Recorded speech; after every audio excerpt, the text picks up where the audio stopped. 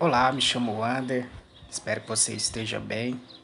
E se você é novo por aqui, inscreva-se no canal, dá um joinha se gostar do conteúdo, ou um dislike também se não gostar.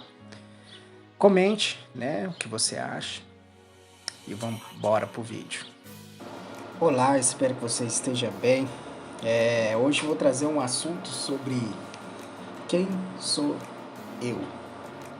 Essa é uma grande questão, que nós, no decorrer da vida, a gente sempre vai se deparar com essa pergunta.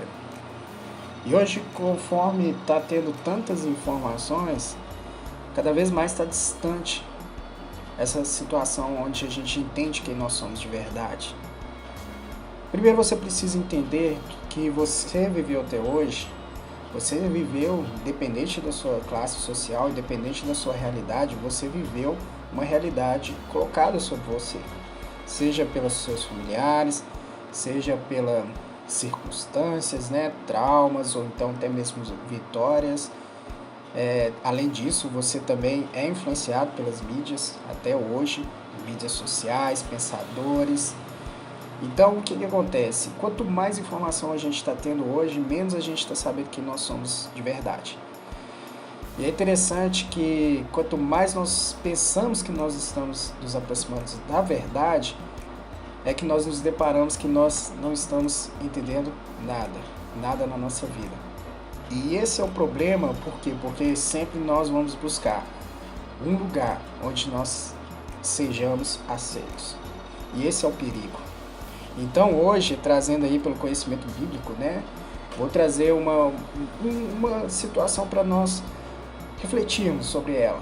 Então vamos refletir sobre o texto de Marcos 12, do 41 ao 44, que diz assim, Jesus sentou-se perto da caixa de ofertas do templo e ficou observando o povo, colocando dinheiro. Muitos ricos contribuíam com grandes quantias. Então veio uma viúva pobre e colocou 2 moedas pequenas. Jesus chamou seus discípulos e disse: Eu lhes digo a verdade, essa viúva depositou na caixa de oferta mais que todos os outros. Eles deram uma parte do que sobravam, mas ela, em sua pobreza, deu tudo que tinha. O que esse texto tem a ver com essa reflexão? Pensa comigo. Vamos pegar essa pessoa. Essa mulher ela era viúva e naquela época a viuvez era o mesmo que a pessoa perder sua dignidade. Muitas das vezes as viúvas se transformavam em escravas por não poder se sustentar. Hoje em dia a gente vê várias mulheres hoje trabalhando, tendo sua independência financeira. Naquela época existia, mas eram poucas mulheres. E na sociedade daquela época, viuvez era o mesmo que a pessoa ficar totalmente desamparada. Então por que eu estou querendo trazer isso? Você tem que pensar que todos nós, seres humanos, nós fomos criados com um propósito. Não tem como você correr disso, não tem como você debater isso, porque você foi criado com um propósito, certo? E é isso que você precisa entender. O grande problema é que a gente se afasta desse propósito quando a gente se afasta de nós mesmos. Por isso que eu falo, e eu te pergunto, quem é você hoje? Sabe por quê? Porque quando a gente pensa em propósito, a gente tem que se desligar das coisas que estão por fora, das vozes por fora, das influências que nós sofremos. Por quê? Porque quando a gente interioriza, quando a gente começa a tirar tudo isso e fica você com você mesmo, ali você começa a entender um pouco mais de você. É muito mais sábio, aqui, como se diz em Provérbios, a pessoa que se domina do que aquele que conquista cidades, aquele guerreiro forte, aquele guerreiro que sempre está a conquistar algo. Sabe por quê? Porque o grande encontro que nós precisamos ter é com nós mesmos. E nessa introdução eu gostaria de deixar 4 dicas para você, sendo que a última é a mais importante, então fica comigo até o final. Então o primeiro passo que você precisa é silenciar essas vozes exteriores. Reserve um tempo, passe uns dias com você mesmo, deixe as redes sociais por um tempo e comece a pensar, quem sou eu? E para que eu vim aqui nesse mundo? Muitas das vezes as pessoas elas, quando fala de propósito, quando fala de sonhos, as pessoas sempre se comparam com as outras. Você quer um exemplo? Se eu falar, olha cara, você nasceu para algo grande, qual que é a primeira imagem que vai vir na sua cabeça? Talvez seja um youtuber famoso, talvez seja um pensador, um influenciador, talvez aquele livro preferido. Concorda? Mas quando a gente se fala de nós mesmos, a gente tem que deixar esses heróis de lado para pensar no que nós somos de verdade. Porque o propósito ele é muito mais simples do que nós imaginamos. O propósito, ele sempre sua essência vai ser atraída por ele. Seja por meio de você ter uma dor naquilo, né? A gente vê grandes pessoas que influenciaram a humanidade, que elas sempre eram puxadas pela sua dor. A gente vê os reformadores, né, nas partes religiosas, nós vemos os grandes pensadores que lutaram pelas suas filosofias, que lutaram pelos seus pensamentos. Então, aquilo que te causa dor, aquilo que te traz incômodo, já é um primeiro sinal do seu propósito. Outro sinal que você tem que observar, esqueça agora nesse momento, porque é muito importante, esqueça as pessoas de sua volta por um instante. Esqueça tudo que você sabe por um instante. Esqueça as grandes mentes e os grandes influenciadores do momento. E pense, o que você é bom para fazer? O que você consegue fazer hoje? Sabe?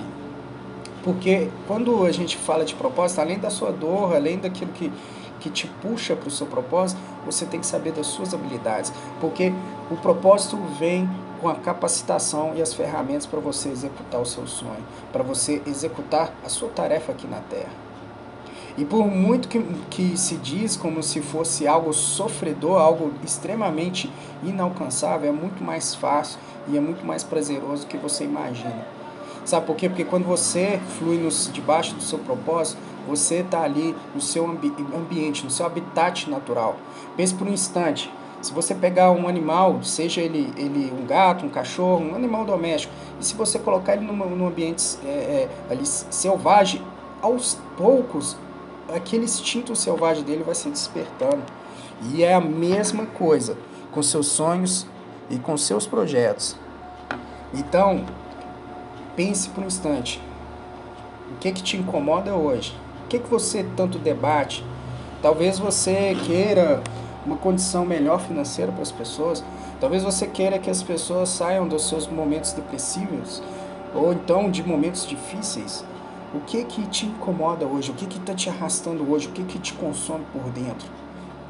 Segundo, cara, quais são suas habilidades para você executar? Se as suas habilidades ela casou com a primeira questão, que é o que te arrasta, o que te consome, isso aí você já está ao primeiro passo de encontrar o seu propósito. A segunda dica que eu te dou, não compre ideias de terceiros. Quando a gente fala sobre propósito, sempre alguém vem nos vender algo. Não, que você tem que fazer, que você tem que acontecer, que você tem que comprar esse curso, que você tem que deixar de fazer isso. Para de comprar ideias de terceiros. Há um princípio espiritual que quando você aceita Jesus Cristo, crê que na morte e ressurreição dele, faz dele o seu Senhor, a Bíblia fala que o Espírito Santo vai te ensinar todas as coisas que você precisa aprender. Então para de comprar ideias de terceiros. Talvez você participa de uma comunidade, de uma religião, e você vê tantas pessoas fazendo as coisas, para de comprar essas ideias. Porque ainda que seu propósito seja servir pessoas em uma comunidade, em uma religião, cara, coloca uma coisa na sua mente. Primeiro você tem que estar alinhado com essas ideias. Então não compre as ideias de terceiros, não aceite qualquer coisa, porque isso vai te tirar do foco e do propósito. O inimigo da alma, ele quer te atrasar, ele sabe que ele não pode fazer muita coisa com você, ele sabe que ele não pode te atacar diretamente, então ele faz você perder seu tempo com coisas que não fazem parte do seu propósito. Terceira dica que eu te falo, não negocie o que você acredita. E não venha com arrogância de falar, eu sou assim, as pessoas têm que me aceitar. Assim, não estou falando do temperamento. O temperamento ele precisa ser moldado. E eu não estou falando de temperamento, eu estou falando daquilo que você acredita, aquela semente de sonho verdadeiro que está no seu coração. Não negocie. As pessoas vão ser usadas muitas das vezes pelo inimigo da alma para tentar te parar, para tentar te desanimar. Cara, aprenda a lidar com o seu desânimo, ok? Não negociar o que você acredita é você aprender a lidar com o desânimo, com os dias de chuva, com os dias de trovoada e continuar acreditando até o final. A Bíblia fala que nossa fé é provada. E essa provação, ela não é para você cair derrotado, ela é para você alcançar aquilo que você almeja, certo? E a quarta e a última dica que eu te dou: lute com suas armas. Pare de se comparar aos grandes vencedores. Deixa eu te falar, aquela pessoa que você viu vencer, ela aprendeu a vencer com as armas dela, não foi com as armas do outro. Davi, quando ele enfrentou o gigante, ele não pegou as armas do seu rei, ele lutou com as suas próprias armas. Aprenda a lidar e aprenda a afiar as suas técnicas, por mais pequenas que elas sejam. Deixa eu te falar uma coisa, você tem que aprender a afiar a sua arte de lidar com seus problemas, de lidar com as lutas diárias. A luta não é aquela que vai fazer você alcançar o sonho. A luta ela é todos os dias para que você alcance um pouco mais dessa sua vitória. Então aprenda a lidar com os dias. Aprenda a lidar com um dia a cada dia, certo? E aprenda a usar suas armas. Para de olhar para os outros, para de olhar a solução dos outros e começa a dar a solução com o que você tem. Talvez seja muito pouco aos seus olhos, mas é o suficiente para que Deus venha a te ajudar, porque Deus ele vai operar dentro da sua fé e não da fé dos outros. Né? Muitas das vezes, no momento difícil, a gente busca ali um conforto, uma oração do próximo, mas a grande verdade é que nós temos a mesma autoridade daqueles grandes oradores, aqueles grandes ajudadores. Você só tem que começar a simplificar as coisas mais, ver que você tem as suas próprias armas e aprender a lidar com elas.